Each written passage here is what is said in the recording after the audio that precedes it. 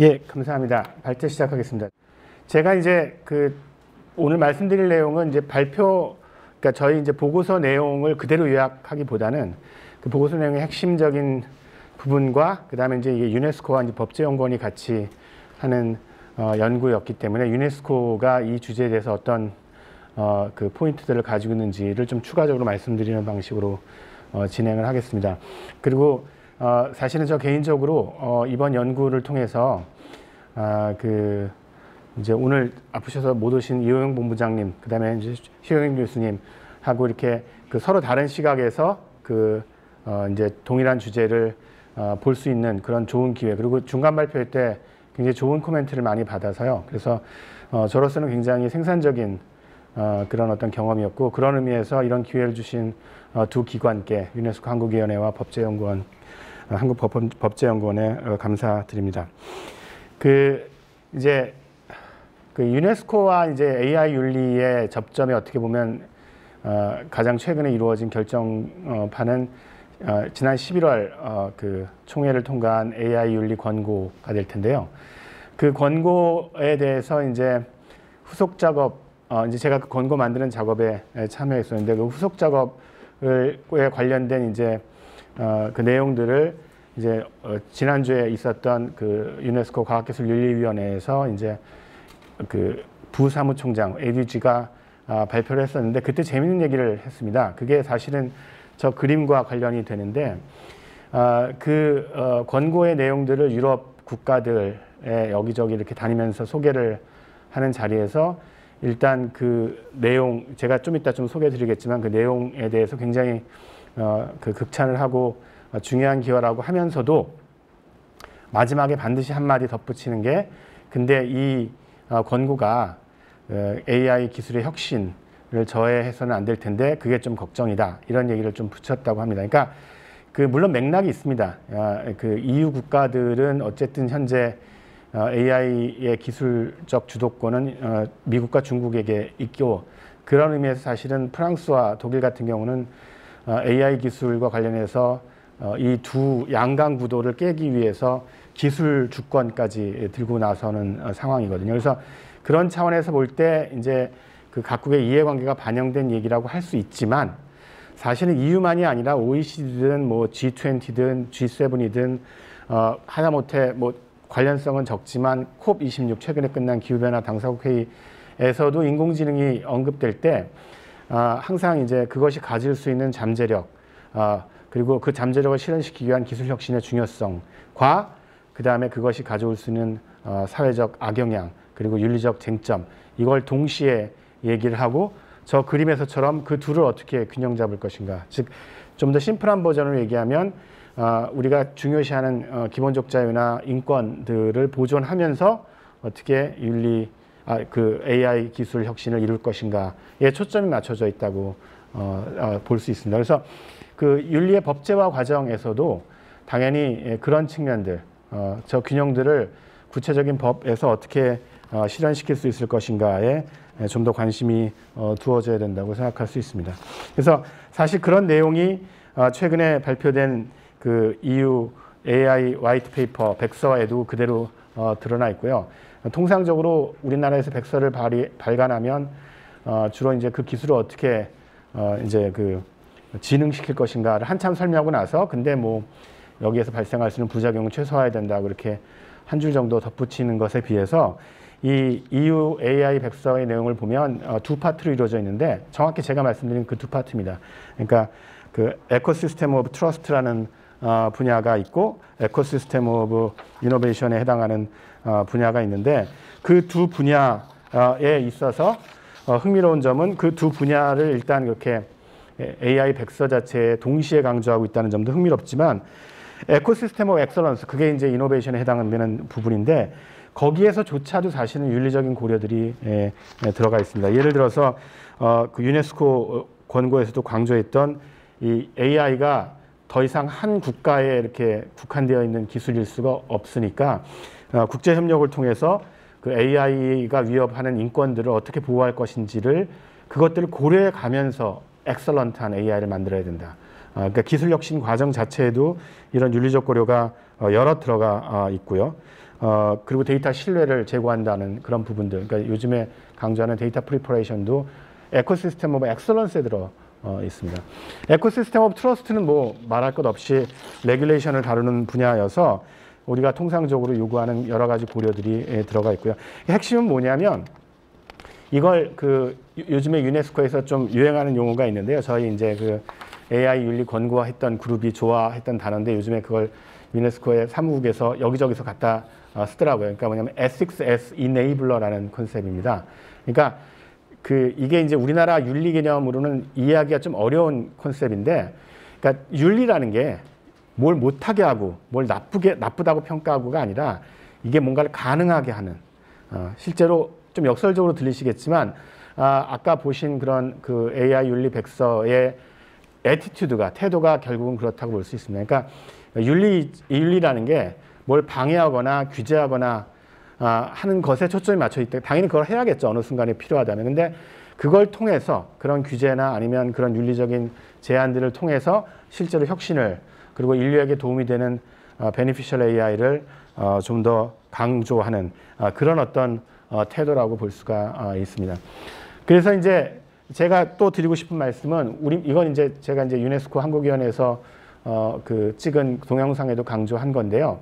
우리말의 윤리 개념이 이제 국어사전에도 나와 있는데요.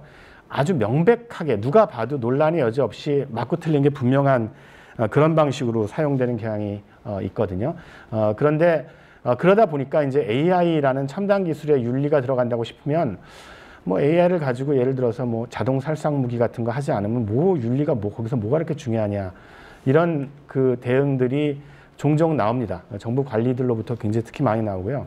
근데 이제 영어의 에틱스 개념은 실제로 고대 그리스에서 서로 문화와 관습이 조금씩 달랐던 고대 그리스 국가, 그렇지만 서로 문명이라는 거는 인정해주는, 저기 무슨 미개인이 아니라 그런 국가들이 서로 각각의 도시마다 있었던 에토스들, 각각의 도시마다 있었던 어떤 그 모레스, 관습 같은 것들을 서로 이렇게 조정하는 과정에서 논의하고 토론하고 맞춰가고 그리고 통합적인 체제를 만들고, 거기서 나온 게 에틱스 개념이거든요. 그래서 실제로 어떤 특정 집단 아니면 특정 전문성을 가진 사람들 사이에 통용되는 에틱스가 당연히 너무나 자연스러운 개념이고, AI 같은 어떤 특정한 장치가 새로 나왔을 때 그것과 관련된 새로운 모레스를, 새로운 관습을 만들고 새로운 규약을 만들고 그 다음에 거기에 관련된 여러 가지 쟁점들을 논의해서 하나하나 정리해 나가는 것은 너무나 자연스러운. 그래서 이제 중요한 거는 뭐 두 개념 중에 어떤 게 맞냐 틀리냐는 아니고요. 개념은 뭐 맞고 틀리고의 문제는 아니고요. 국제적으로 AI 윤리라고 했을 때는 저 에틱스 개념을 쓰지 우리말의 윤리 개념을 쓰지는 않는다는 겁니다. 그래서 그런 의미에서 우리가 좀 더 저런 포괄적이고 논쟁적일 수 있지만 결국은 구성적인, 만들어 나가는 그런 어떤 윤리 개념을 사용해야 된다고 생각을 할 수 있습니다. 네. 예를 들어서 그 공정성에 대한, 제가 이제 예를 하나 들었는데요, 보고서에서. 공정성, 뭐 AI가 공정함을 추구해야 된다는 문제가 그 이제 이루다 사태 때문에 굉장히 많이 그 젠더 문제에 무감한 AI여서 등장을 했는데, 실제로 이루다 사태에서 불거진 그런 누가 봐도 상당히 명백하게 성차별적인 표현들을 제거하거나 그것들을 다루는 일도 사실은 엔지니어링 포인트에서 그렇게 쉽지는 않지만 복잡한 문제들이 있습니다. 그걸 다 너무 제거하면 노이즈에 취약해져서 이피션시가 떨어지니까. 근데 설사 그런 문제를 기술적으로 잘 해결할 수 있다고 해도 제가 예를 든 거는, 예를 들어서 우리나라 100대 대기업의 CEO의 남성 비율이 압도적으로 높은데 그거는 예를 들어서 공정하지 않은 건가? 거기에 대해서는 사실은 다양한 의견이 있을 수 있거든요. 당연히 그건 공정하지 않다. 50대 50이 돼야 되는데. 근데 사실은 남성과 여성의 CEO로서 갖춰야 될 능력을 완벽하게 똑같다고 가정하더라도 현재 우리 사회가 공정하지 않아서 실제로 CEO로 성공하기 위해서 남성적인 요소가 훨씬 더 유리해서, 그러니까 실제 불완전한 사회 때문에 그런 불완전한 공정하지 않은 결과가 나왔어요. 아마존도 그런 일을 겪었죠. 실제로 그 위에 그 채용 과정에서 실제 아마존 기존 데이터들을 사용했더니 여성이 계속 떨어지는 문제. 그러니까 제가 말씀드릴 내용은 이 공정함이 그렇다고 뭐 다 뭐 생각하기 나름이고 아무 의미 없다는 그런 뜻이 아니라, 우리가 공정함을 요구할 때 AI한테 그 공정함이 정확히 어떤 종류 공정함이고 그걸 왜 요구해야 되고 이런 것들을 꼼꼼히 따져보고 그런 기반 하에서 그런 것들을 엔지니어링적으로 구현하려는 그런 상당히 이렇게 그 포괄적인 노력들이 그냥 단순히 이 문제 있어 이거 해결해라 하고 간단하게 넘어갈 부분들이 아니라는 겁니다. 그래서 이게 일반적으로 AI 윤리에서 다 일반적으로 등장하는 내용이고요. 그런 의미에서 그 유네스코의 AI 윤리에 대한 노력들이 굉장히 의미를 갖는 이유가 유네스코는 뭐 잘 아시겠지만 그 유엔에서 에듀케이션, 사이언스, 컬처를 담당하는 그 최근에는 뭐 젠더 문제, 특히 환경 문제, 지속 가능한 발전 이렇게 굉장히 포괄적인 우리 삶에 굉장히 중요한 우리 사회의 지향점과 관련되는 다양한 주제를 다루고 있고 그래서 이제 AI 논의가 그 유네스코에서 시작될 때 가장 강조했던 부분은 제가 아주 똑똑히 기억하는데 여러 차례 내부 논의에서 강조했던 부분은 세상에서 이미 꽤 많이 나와 있는 AI 윤리와 똑같은 도큐멘트를 만들지 말자. 그건 뭐 못하러 똑같은 걸 다시 만드냐. 유네스코만 할 수 있는, 그러니까 유네스코가 가지고 있는 어떤 기관의 특징들을 반영할 수 있는 그런 포괄적인, 그러니까 그 전통적인 주제보다 훨씬 더 포괄적인 교육이나 문화나 과학이나 이런 거에 끼치는 영향까지 포괄할 수 있는 특히나 이제 인포메이션 섹터들의 기여도 되게 중요했고요. 이제 아프리카라든가 저개발국들 뭐 이런 고려들도 다 같이 집어넣자라는 게 이제 핵심적인 특징이었고요. 그래서 유네스코의 내부적인 그 뭐 일단 코메스트가 주도한 그 예비 보고서가 있었고 그 예비 보고서에 근거해서 총회에서 이제 이 권고를 만들 그 의결이 이루어진 다음에 이제 2019년 총회였죠. 그 다음에 이제 2020년 내내 온라인으로 코로나 때문에 온라인으로 그 권고가 만들어지고 그 다양한 방식의 컨설테이션과 그 다음에 정부 간 회의 올해 6월에 있었던 4월 6월에 있었던 정부 간 회의를 거쳐서 통과가 됐습니다. 그 과정에서 당연히 이제 유네스코 회원국들의 여러 입장들이 반영되긴 했지만 그 한 가지 다행스러운 점은 제가 사실은 이 바로 그 작업이었던 기후변화 윤리 원칙 선언 작업에도 참여를 했었는데요. 그때는 이제 정부 간 회의에 참여했었는데 그때는 정말 많이 바뀌었거든요. 그 기후변화 윤리 원칙 선언에 원래 그 전문가 그룹이 만들었던 안과 정부 간 회의를 통해서 한 거는 되게 많이 바뀌었는데 이해관계가 반영되면서 다행히 판단이 달라질 수 있겠지만 사무국에서는 어쨌든 그 핵심적인 그 틀은 정부 간 회의에서 많이 바뀌지 않았다. 물론 이제 당연히 약화된 부분들이 있고 표현들이나 이런 것들이 좀 전반적으로 그 회원국들의 이해관계를 반영해서 바뀐 부분들이 있지만 전체적인 구조는 저희들이 처음에 만들었던 구조랑 그렇게 많이 달라지지 않았다는 그런 특징이 있습니다. 그래서 보시면 뭐 다음과 같은 뭐 그 전형적인 방식으로 전문 1장, 2장, 그다음에 3장에서 가치와 원칙이 있고 1, 2장은 이제 대개 유엔 문서에 늘 등장하는 것들이고요.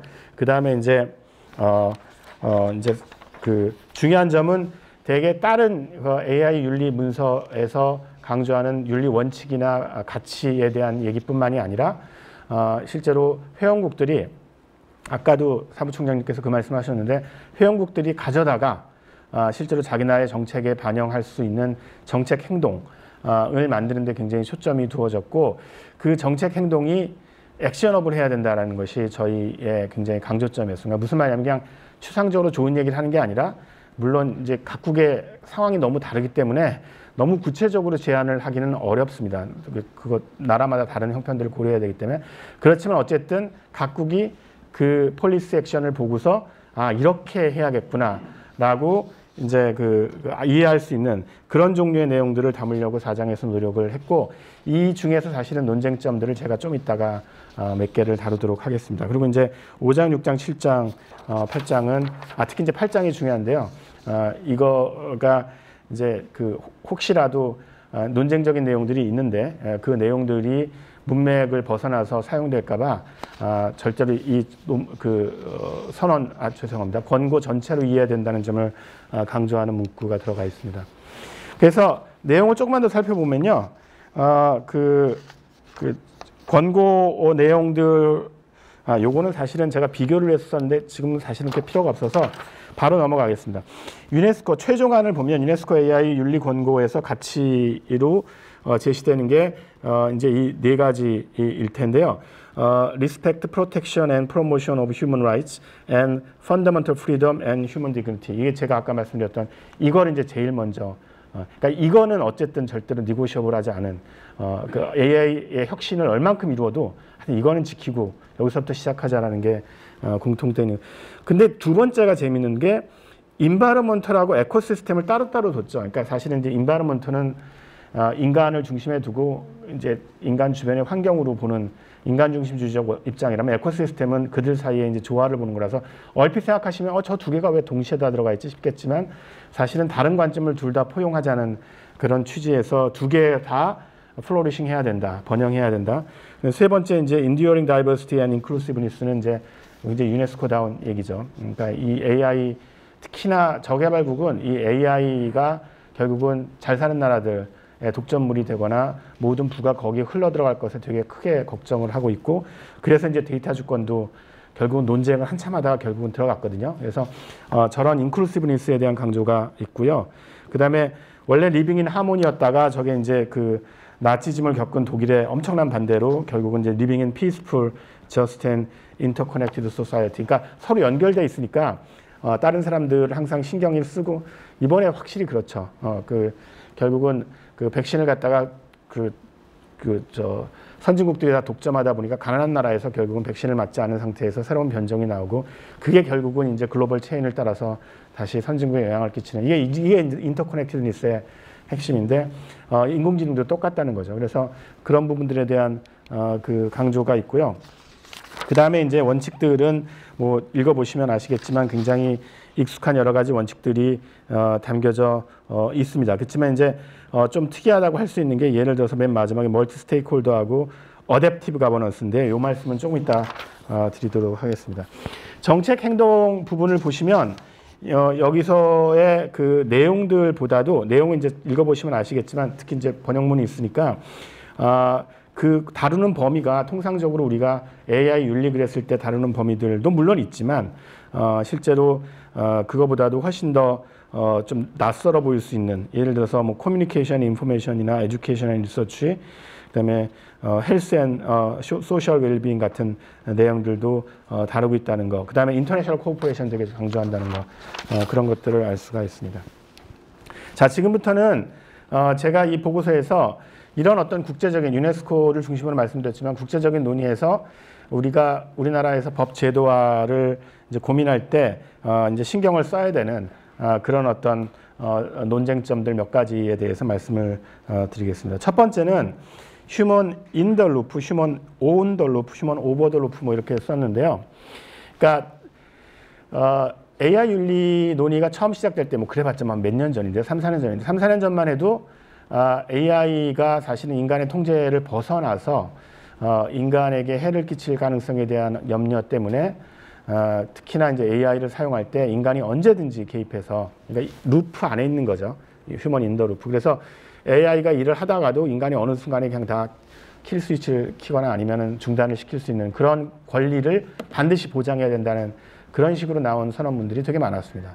근데 실제로 이게 기술적으로 그렇게 간단하지가 않고 실제로 그게 가능하더라도 예를 들어서 여러분들은 혹시 매트리스 영화를 보시면 아시겠지만 거기 자이언이라는 지하 도시에서 그런 얘기를 하죠. 저 기계는 우리 통제에 있다고 니오가 얘기하니까 거기 그 원로가 그런 얘기를 하죠. 정말 우리 통제에 있을까? 제가 문제를 일으킨다고 우리가 끌 수 있나? 끄면은 거기 지하 도시에서 산소가 다 고각이 되어서 다 죽거든요. 그러니까 결국은 어떤 경우에는 실제로 그 기계를 중단시키는 것 자체가 우리의 삶 전체와 연결되어 있는 경우가 있을 수 있고 그럴 때는 사실은 그 효율성의 문제에서 모든 단계의 디시전들을 전부 다 인간이 그 개입하는 건 쉽지 않을 수 있다. 특히 이제 자율주행차는 아예 그게 불가능하죠. 100만 분의 1초, 10만 분의 1초의 결정이 이루어져야 되니까. 그러니까 결국은 요즘의 그 전체적인 추세는 그렇다고 휴먼 인 더 루프를 포기하는 건 아닙니다. 이게 이제 중간 발표 때 지적을 받아서 제가 굉장히 보고서에다 강조를 했는데 휴먼 인 더 루프만으로 모든 일을 해결하자는 생각에선 벗어났다는 겁니다. 그러니까 실제로 상황에 따라서 휴먼 인 더 루프가 꼭 필요한 그래서 중요한 정책 결정이나 이런 것들은 당연히 중간에 사람들의 수기 과정을 거치도록 요구를 하고 그렇지만 훨씬 루틴한 특히 최근에 통과가 아니라 최근에 제한된 EU 윤리 법안에서 AI 윤리 법안에서 강조하는 로우 리스크 AI의 경우에는 휴먼 온더 루프나 일종의 오디팅 기능만 주는 거죠. 휴먼 오버 더 루프 정도로 약화시킬 수 있는 그런 어떤 방안들을 모색해야 된다고 했고요. 이 중간 발표 과정에서 이 킬 스위치라는 게 생각만큼 간단하지가 않다 말씀을 주셔서 저도 그걸 공감을 하고 관련된 내용들을 좀 찾아보니까 예를 들어서 스튜어트 러셀이 되게 유명한 인공지능 학자죠. 최근에 쓴 책에서 재밌는 얘기를 하는데 당연히 쉽지는 않지만 스튜어트 러셀이 저기서 어떤 제안을 하냐면 결국은 로봇에게 혹은 인공지능에게 인간의 윤리를 가리키려는 시도보다도 그거는 무모하고 거의 실현 불가능한, 왜냐하면 실제로 우리의 윤리 규범 체제를 완벽하게 코드화 시키는 것 자체가 불가능하고 실제로 그것들을, 왜냐하면 임플리시트 노리지 같은 게 있어서요. 그거보다는 인공지능이 사람의 행동들을 관찰해서 사람의 프레퍼런스라든가 이런 걸 존중하는, 사람의 가치를 존중하는 방식으로 행동하게끔. 근데 이제 중요한 건 인공지능이 사람의 행동만을 관찰해 가지고는 언설튼티가 항상 있으니까, 불확실성이, 얘가 진짜로 뭘 원하는지. 그러니까 언설튼티가 충분히 클 때는 스스로 셧다운 시키는 그런 메커니즘을 제안합니다. 흥미로운 제안인 것 같습니다. 그러니까 물론 이제 그 셧다운 스스로, 그러니까 우리가 셧다운 시키기 쉽지 않을 수 있는데, 왜냐하면 인공지능이 저항할 테니까요. 근데 이제 처음에 인공지능 아키텍처 내에 그런 기능들을 만들어 놓을 수 있는 것도 고려해 볼 수 있을 것 같습니다. 자, 그리고 또 한 가지 이제 쟁점이 AI 윤리 영향 평가고요. 이 점이 흥미로운 게 저희가 유네스코 내에서 논의를 할 때는, 그 전문가 그룹에서 논의를 할 때는 이게 제일 저항이 클 거라고 생각했는데, 뚜껑을 열어보니까 지금 여러 곳에서 이걸 사실은 하겠다는 제도와 노력들이 이루어지고 있습니다. 우리나라 정부도 굉장히 적극적이고요. 물론 이제 경향성이나 그 방향은 저는 개인적으로 약간은 불안한 그런 방향으로 가고 있어서 좀 걱정이긴 한데요. 핵심은 이제 AI를 시스템으로 봐야 되고, 그러니까 전 주기를 봐야 되고, 이거는 이제 상당히 공감대가 있는 얘기인데요. 그러니까 처음에 설계 단계 때부터 우리가 바람직한 방식으로 문제를 일으키지 않도록 최선을 다해서 설계해야 되는데, 그 설계 단계 때 이 AI가 어떤 영향을 끼칠지, 사회적으로 윤리적으로 어떤 영향을 끼칠지를 좀 평가하고, 그 내용들을 끊임없이 설계, 그다음에 생산, 소비, 그다음에 폐기 단계까지 모니터링해서 피드백 루프를 돌려서 지속적으로 업데이팅 시키는 그런 어떤 제도를 만들어야 된다는 것이고요. 저 왼쪽 사진은 되게 유명한 사진이죠. 그 이미지넷, 역시 또 굉장히 유명한 스탠포드의 데이터베이스인데, 그 이미지넷은 기본적으로는 슈퍼바이스 러닝을 하기 때문에 어노테이션을 달아야 되거든요, 이미지에다가. 근데 이제 그걸 굉장히 처음엔 대학원생 시켰는데 돈도 너무 많이 들고 속도도 안 나니까 결국 이제 아마존의 미케니컬 터크를 사용해서, 저거 하는 사람들은 정말 엄청나게 저임금 노동자들이 합니다. 중요한 건 그러다 보니까, 그러니까 저임금 노동자에 대해서 제가 무슨 특별한 어떤 그걸 가지고 있는 건 아니고요. 조심해야지. 그게 아니라 어쨌든 그 결과라고 이미지넷이 주장한 건데, 이미지넷 룰렛이라는 그런 상황이 있었는데, 이제 아무나 이제 상당히 훈련을 시킨 다음에 이미지넷에, 그 다음에 아무나 그림을 집어넣으면 그걸 이제 아이덴티파이 하는 거죠. 페이스 레코그니션을. 근데 저거 유명한 사진이죠. 저게 이제 빈라덴 이제 사살할 때 그 상황 룸, 시츄에이션 룸에서 저기 이제 오바마 앉아 있고, 이제 부통령 앉아 있고, 지금 대통령이죠. 이렇게 다 여러 사람이 앉아 있는데, 저기서 이제 오바마는 뭐라고 돼 있냐면 선동가 이렇게 돼 있고요. 그 다음에 지금 현 대통령은 병자라고 되어 있고요. 그 다음에 이제 여기 옷 입고 이렇게 제대로 된 양복 입고 이렇게 좀 있어 보이는 사람은 뭐 트루퍼, 뭐 하여튼, 그러니까 뭔가 이렇게 사회 전형성이 어떤 사람을 어떤 사람으로 분류하는지에 굉장히 투영돼 있고, 어떤 경우에는 상당히 편견도 들어가 있다는 사실을 알게 돼서, 이미지넷은 결국은 어떻게 했냐면 이거는 방법이 없습니다, 별로. 그래서 그냥 삭제해버렸어요. 한 50만 장인가 60만 장을. 근데 사실은 이 말은 뒤집어 얘기하면, 이미지넷에 지금도 저런 문제가 있는, 윤리적으로 문제가 되어 있는 사진이 다수 포함되어 있을 가능성이 있어요. 다만 이제 그걸 모를 뿐이죠. 이게 등장하지 않아서. 그러니까 저런 문제들에 대해서 사실은 주목하지 않은 상태로 페이스 레코그니션이나 이미지 판독 기술을 사용한다는 것은 누가 봐도 문제가 되는 행동이고, 그래서 저런 부분들, 저거 사실 어떻게 해결하는지도 되게 복잡합니다. 여러 가지로. 왜냐하면 이건 다른 회의에서 나온 건데, 프리퍼레이션을 너무 강조하다 보면 사실은 그걸 잘할 수 있는 대기업이 승자독식할 수 있는 위험성도 있고, 복잡한 논의가 많지만, 어쨌든 저런 문제에 대해서 윤리영향 평가를 굉장히 지속적으로 어댑티브하게, 그러니까 한 번 해서 끝나는 게 아니라 그리고 이렇게 몇 가지 그냥 그 뻔한 얘기들을 툭 던져가지고 엔지니어들이 이걸 도대체 어떻게 판단하는 거냐는 그런 식으로 만들 게 아니라 상당히 성찰적이고 리커시브한 방식으로 이루어져야 된다고 생각을 합니다. 자, 그 다음에 이제 투명성하고 설명 가능성, 뭐 책무성 많이 논의되는 건데요. 이건 뭐 잘 알려져 있지만 투명성은 특히 그 효율성과 트레이드오프 관계가 있고요. 이 트레이드오프를 꼭 제대로 고려해야 된다는 게 제 입장이기도 하고 유네스코 권고의 입장이기도 합니다. 그냥 무조건 투명성을 밀어붙여가지고 사실은 문제가 해결된 문제가 아니라는 거죠. 그리고 설명 가능성도 되게 복잡합니다. 이걸 사람들이 마치 이게 모든 걸 해결해 줄 거라고 생각하는 경향들이 특히 제가 개인적으로 만난 엔지니어들을 많이 가지고 있던데요. 사실은 이미 이쪽 관련 연구를 하는 비평가들 사이에서는 이 설명 가능성이 그 대기업들이 우리는 할 일 다 했다고 이렇게, 왜냐하면 설명이 여러 단계로 가능하거든요. 예를 들어서 알고리즘의 일반 원리를 주는 것도 설명이고요. 근데 우리 사람들이 생각할 때 설명 가능성은 그런 게 아니죠. 인공지능이 X라는 결정을 내는데 이 결정 왜 했어를 설명해 주는 거죠. 이건 훨씬 어렵습니다. 훨씬 어렵고 사실 그 설명들을 제대로 할 수 있게 만드는 게 사실은 기업 입장에서 꼭 도움이 될지도 분명하지 않고요. 그래서 결국은 사람들이 생각하는 케이스에 대한 설명 가능성과 기업이 주로 생각하는 알고리즘에 대한 설명 가능성 사이의 간극들이 윤리적이거나 정책적인 문제들을 불러일으킬 수 있다는 점을 사실은 고려를 해야 되는데, 이 부분에 대해서는 사실은 학계 내에서도 분야마다 전문가마다 의견들이 상당히 갈리는 거라서 상당한 정도의 논의가, 연구가 필요한 주제입니다.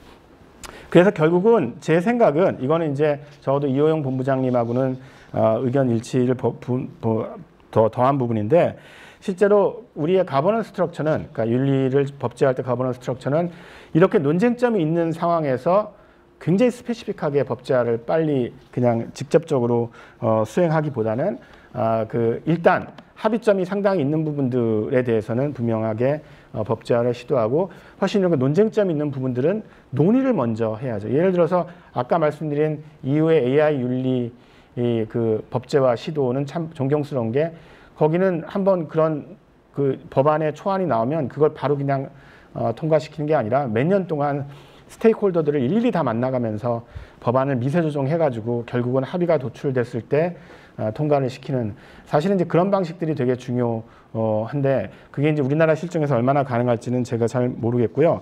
그리고 근데 여기서 제가 페어하게 그 전에 하나 말씀드릴 게, 그리고 그 과정에서 당연히 적절한 규제가 필요한데 규제에 대해서 사실은 좀 오해가 있는데요. 규제가 생산적이었던 적이 꽤 많습니다. 되게 이제 기업들은 규제는 무조건 비생산적이라고 생각하는데, 대표적인 게 이제 무연 휘발유죠. 맨 처음에 이제 70년대에 대기의 환경 오염 문제가 굉장히 문제가 됐을 때 당시의 그 위험 관리 모형에 따르면 그 대기질에 저하는 사람을 직접적으로 그 인과적용으로 병을 일으키지는 않기 때문에 그 문제가 없다고 생각됐었거든요. 그래서 위험 모형 자체가 바뀌게 됩니다. 그러니까 롱텀으로 통계적으로 차이를 불러일으키는 요인도 위험 요인이다. 그러니까 그런 그 개념적 전환이 이루어졌었는데, 그 과정에서 어마어마하게 저항했거든요. 그 포드라든가 뭐 그 크라이슬라는 자동차 회사들이. 근데 실제로 그렇게 저항을 하면서 다 준비를 해두고 있었어요. 그러니까 그 납을 섞지 않은 무연 휘발유를 개발해두고, 실제로 그 덕분에 그 대기질이 훨씬 더 개선이 되고 인류에게 훨씬 더 큰 영향을 혜택을 주게 된, 그러니까 실제로 그게 적절한 수준의 적절한 방식으로 규제가 이루어질 때는 오히려 기술 혁신을 촉진하고 그다음에 그 수많은 그 효용들을 가져올 수 있는 그런 어떤 예들이 저거 하나만이 아닙니다. 여럿 있고요. 수많은 예들이 있어서 결국은 어떻게 현명하게 스마트하게 규제를 하느냐의 문제이지, 규제가 항상 혁신을 가로막는다는 생각은 좀 나이브한 생각이라고 할 수 있고, 근데 이 부분에 있어서 그럼 여기까지 동의를 해도 제가 이제 여러 전문가들하고 얘기를 나눠보면 이 적응적 규제보다 좀 더 강하게 그 생각하는 분들이 있었던 것 같습니다. 그러니까 무슨 뜻이냐면 그 규제를 처음부터 좀 디테일하게 해야 된다는 그런 생각은 당연히 있고요. 또 하나는 그 이제 우리나라가 이런 것과 관련해서 어떤 입장들을 취할 때 외국과의 보조를 맞추는 부분에 대해서 우리나라가 좀 치고 나가야 된다는 생각. 근데 그것도 또 일리가 있어요. 왜냐하면 사실 우리나라 정도 되는 나라면은 제가 나중에 말씀드리겠지만 그 외국 거를 그대로 베끼는 시대는 이제 지나가긴 했거든요. 그래서 실제로 이 부분에조차도 그러니까 법제화의 시기나 방법에조차도 사실 이제 최경주 교수님 말씀 많이 하시겠지만 여러 가지 논의들이 좀 필요하고요. 저는 일단 그 유네스코가 강점을 지닌 AI 윤리 교육, 리터러시 교육에 대해서만 말씀드리고 마무리를 하겠습니다. 그 우리나라에서 AI 관련된 리터러시 교육들은 대개 코딩 교육이나 AI를 활용하는 교육에 초점이 맞춰져 있습니다. 그렇지만 여기 그 최근에 발간된 그 유네스코 보고서를 보시면 아시겠지만, 저 내용을 보시면 아시겠지만, 당연히 그거 중요하지만 실제로 AI 자체가 어떤 사회적 의미를 가지고 어떤 문화적 의미를 가지는지를 이해하고 그것들과 관련된 여러 가지 사회적 중요한 의사결정에 참여할 수 있는 그런 역량을 키우는 것을 AI 리터러시의 굉장히 중요한 핵심으로 생각을 합니다. 즉 AI 윤리 교육이 넓은 의미의 에섹스 윤리 교육이 AI 리터러시에서 지금 우리나라에서 이해되는 것보다 훨씬 더 큰 역할을 해야 된다는 게 제 생각이고요. 그 다음에 법제화에 관련된 시사점은 아까 말씀드렸지만 실제로 이거 골든 스탠다드 많이 말씀하시는데 골든 스탠다드가 있느냐? 저는 yes and no라고 생각합니다. 실제로 그 아주 핵심적인 부분에 있어서는 아까 제가 말씀드린 인권이나 기본적 자유와 관련해서는 골든 스탠다드가 분명히 있습니다. 그러니까 우리가 법제화를 할 때 그런 의미의 최소주의적 핵심은 골든 스탠다드로 분명히 지켜야 되고 만약에 EU랑 장사를 할 생각이라면 GDPR도 좀 신경 써야 되고 이렇게 되겠죠. 근데 그거보다 좀 더 이렇게 깊숙이 들어가면, 그러니까 정말로 디테일한 부분에 들어가면 아까 제가 말씀드렸지만 여러 가지 논쟁점이 있는데 이 논쟁점이라는 게 막 이런 의견도 있고 이런 의견도 있으니까 그냥 신경 쓰지 말자 그러는 게 아니라 논의와 거기에 대한 탐색을 통해서 우리나라에서 결정을 해야 되는 사안들입니다. 그래서 그 결정을 통해서 사실은 우리 법제화 과정이 어댑티브한 방식으로 그런 적응적 방식으로 이루어지는 것이 가장 바람직하다고 생각을 합니다. 네, 감사합니다.